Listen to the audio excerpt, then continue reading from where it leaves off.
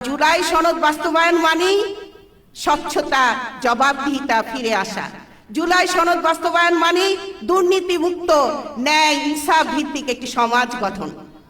তাই আমরা চাই জুলাই সনদ বাস্তবায়ন হোক, সেখানে বিচার বিভাগের স্বাধীনতা থাকবে দুর্নীতি কমিশনের স্বাধীনতা থাকবে, নির্বাচন কমিশনের স্বাধীনতা। তাহলে কি আমরা বলবো সরকার এই স্বাধীনতা চায় না বলেই আজকে জুলাই সনদ বাস্তবায়নে পদক্ষেপ নিচ্ছে না? বাতাসে যা ভেসে বেড়ায় তা কি সত্য? সরকারকে উপলব্ধি করতে হবে যে জনগণ যদি আবার জাগ্রত হয় তাহলে তারাই ক্ষতিগ্রস্ত হবে। আসসালামু আলাইকুম রাহমাতুল্লাহ। আমি আজকে এখানে দাঁড়িয়েছি প্রতিবাদের এক মহাকাব্যের গল্প বলতে। সেই মহাকাব্য আজও লেখা শেষ হয়নি। কতদিন চলবে আমরা জানি না।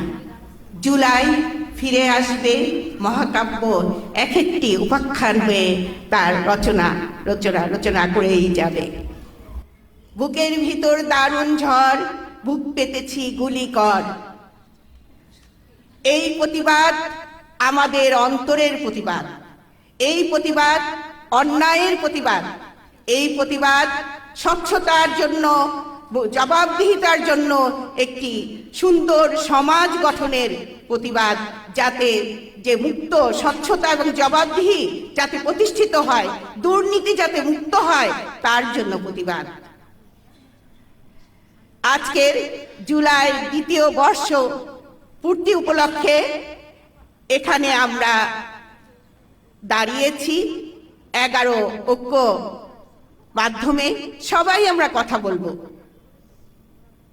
কিন্তু প্রশ্ন হচ্ছে এই কেন আমরা কথা বলবো? জুলাইকে নিয়ে গল্প তো অনেক হচ্ছে, অনেক কথা হচ্ছে, জুলাই সনদ কি বাস্তবায়ন হচ্ছে? 70% গণরায় যেখানে আমরা পেয়েছি, সেখানে সরকার এই গণরায়কে কেন মেনে নিচ্ছে না? প্রিয় উপস্থিতি, আমরা এর প্রতিবাদ জানাতে চাই। আমরা সংসদেও কথা বলবো, বাইরেও কথা বলবো, যতদিন এই গণরায় মেনে না নিবে এবং জুলাই সনদ বাস্তবায়ন না করবে।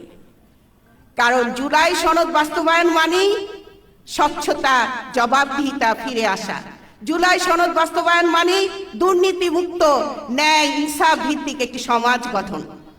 তাই আমরা চাই জুলাই সনদ বাস্তবায়ন হোক, সেখানে বিচার বিভাগের স্বাধীনতা থাকবে দুর্নীতি কমিশনের স্বাধীনতা থাকবে, নির্বাচন কমিশনের স্বাধীনতা।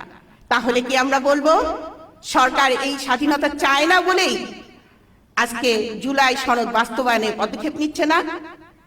বাতাসে যা ভেসে বেড়ায় তা কি সত্য? সরকারকে উপলব্ধি করতে হবে যে জনগণ যদি আবার জাগ্রত হয় তাহলে তারাই ক্ষতিগ্রস্ত হবে। আমরা দেখেছি 2 মেয়াদে ফ্যাসিবাদ প্রায় 20 বছর ক্ষমতা গ্রহণ করেছিল। সেখানে ফ্যাসিবাদ যা করেছে, সেই ফ্যাসিবাদ আর ফিরে যেন না আসে, সেটা আমরা প্রত্যাশা করি।